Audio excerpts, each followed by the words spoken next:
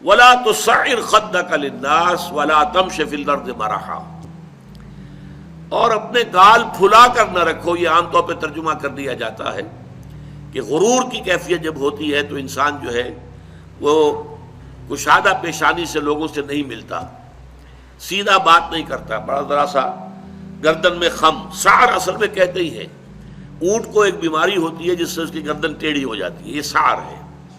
تو جس کو ہم اپنی زبان میں کہتے ہیں کج روخی. ایک آدمی آپ سے بات کرنا چاہتا ہے، آپ اس سے فیس نہیں کر رہے، اسے ذرا یوں کر کے بات کر رہے ہیں، گویا کہ براہ راست اسے ایڈریس کرنا، یہ اپنے مقام سے آپ بڑا فرو سمجھتے ہیں کہ یہ تو نیچے ہے، میرا مقام بہت بلند ہے. اسی طرح یہ جو کج کولاہی ہوتی ہے، کولاہ جو ہے وہ ذرا ٹیڑھا ہو، ٹوپی جو ہے وہ ٹیڑھی ہو سر کے اوپر، تو یہ کج روخی اور کج کولاہی یہ تمام چیزیں جو ہے یہ ولا تصعر خدک للناس.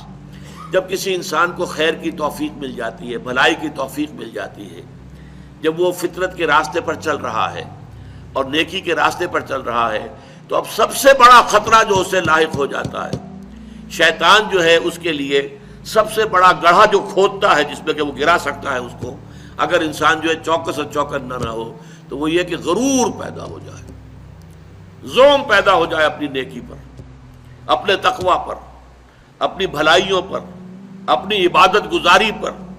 اگر زوم پیدا ہو گیا and you look down upon the others، دوسروں کو آپ بنظر استحقار دیکھنے لگے، تو آپ کی ساری اچیومنٹس زیرو سے ضرب کھا کر زیرو ہو جائے گی، gone with the wind، ختم.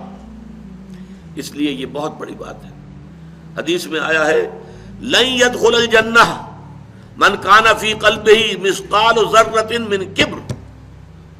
وہ مثقال ذرہ پھر آ گیا، یا جنت میں ہرگز داخل نہیں ہو سکے گا وہ شخص جس کے دل میں ذرے کے ہم وزن بھی تکبر ہوگا. اور حدیث قدسی ہے الکبر ردائی، تکبر تو میری چادر ہے، مجھ پر راست آتی ہے. المتکبر اللہ کے ناموں میں سے ہے. هو اللہ الذی لا الہ الا هو الملک القدوس السلام المومن المہیمن العزیز الجبار المتکبر. وہ المتکبر ہے، المتعال ہے، بہت بلند ہونے والا اور بہت تکبر کرنے والا. لیکن بندے کے لیے نہیں. بندے کے دل میں اگر تکبر آ گیا تو اس کی ساری نیکی، سارا تقوی زائل ہو جائے گا. ولا تصعر خدک للناس، تواضع ہونی چاہیے. شیخ سعدی نے بڑی خوبصورت اس کے لیے مثال دی ہے. درخت ہے، آم کا درخت ہے، امرود کا درخت ہے، انار کا ہے، سنترے کا ہے. جب اس پر پھل آتا ہے تو شاخیں جھک جاتی ہیں. اسی طرح انسان کو اگر اللہ تعالیٰ خیر عطا کر دے، اچھے ثمرات اس کی سیرت میں، اس کے کردار میں، اس کی شخصیت میں، علم کے اعتبار سے، کردار کے اعتبار سے بھلائیاں آ جائیں، پھل آ گیا ہے، تو اب اس کو جھک جانا چاہیے، تواضع ہونا چاہیے. اس کے بجائے اگر تکبر ہو گیا، گردن اکڑ گئی، تو معلوم ہوا کہ بس سارا اپنا کیا دھرا جو ہے وہ ضائع ہو جائے گا. ولا تصعر خدک للناس ولا تمش فی الارض مرحا، اور زمین میں اتراتے ہوئے نہ چلو. اکڑ کر چلنا، اترا کر چلنا. مرح جو ہے وہ فرح سے آگے ہے. فرح کہتے ہیں خوشی سے آپے میں نہ سمانا. وہ تو خوشی سے آپے سے باہر ہو گیا، یا وہ نہیں سما رہا تھا، وہ کوئی اور لفظ میرے ذہن میں نہیں آ رہا اس وقت. تو یہ جو اس فرح سے آگے مرح ہے، اس میں یہ ہے کہ انسان اترا کر اپنی بڑائی، اپنی خوبی کا اظہار بھی کرتا ہے. ولا تمش فی الارض مرحا. اب آپ دیکھیں گے کہ یہ مضامین جو ہیں قرآن مجید میں ان کی اہمیت کا اندازہ اس سے ہوگا. سورہ بنی اسرائیل کے 4 رکوع میں بھی آئے ہیں ولا تمش فی الارض مرحا، زمین میں اکڑ کر مت چلو، یہ وہاں بھی آیا ہے. اسی طریقے سے اور دوسرے مقامات پر سورہ الفرقان کے آخری رکوع میں بھی آیا ہے وعباد الرحمن الذین یمشون علی الارض ہونا.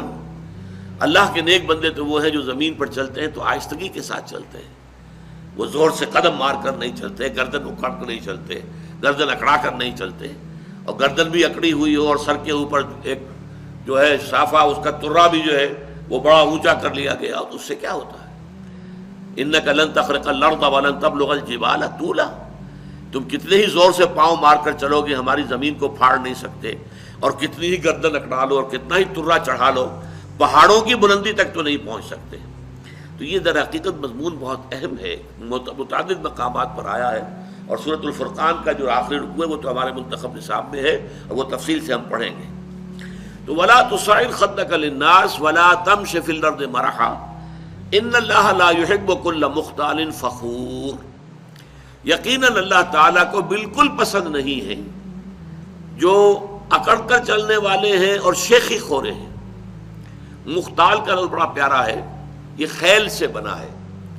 خیل جو ہے اعلیٰ نسل کا گھوڑا، بہت اونچی جس کی پیڈگری ہو، اگر آپ اس کی چال دیکھیں گے اس کی چال میں ایک تمکنت ہوتی ہے. جب انسان اپنی چال میں یہی تمکنت اختیار کرتا ہے تو یہ اختیال ہے، گویا کہ خیل کا سا انداز اختیار کرنا اپنے چلنے میں. خیل سے باب افتعال بنا اختیال. تو اللہ تعالیٰ کو بالکل پسند نہیں ہے. کل مختال فخور، فخر کرنے والے. اپنی نیکیوں پر، اپنی دولت پر بھی فخر ہوتا ہے، لیکن اپنی نیکی پر بھی ہوتا ہے، اپنے علم پر بھی ہوتا ہے، اللہ بچائے. اپنی عبادت پر بھی ہوتا ہے، اللہ تعالیٰ اس سے اپنے حفظ و امان میں رکھے. ان اللہ لا يحب كل مختال فخور.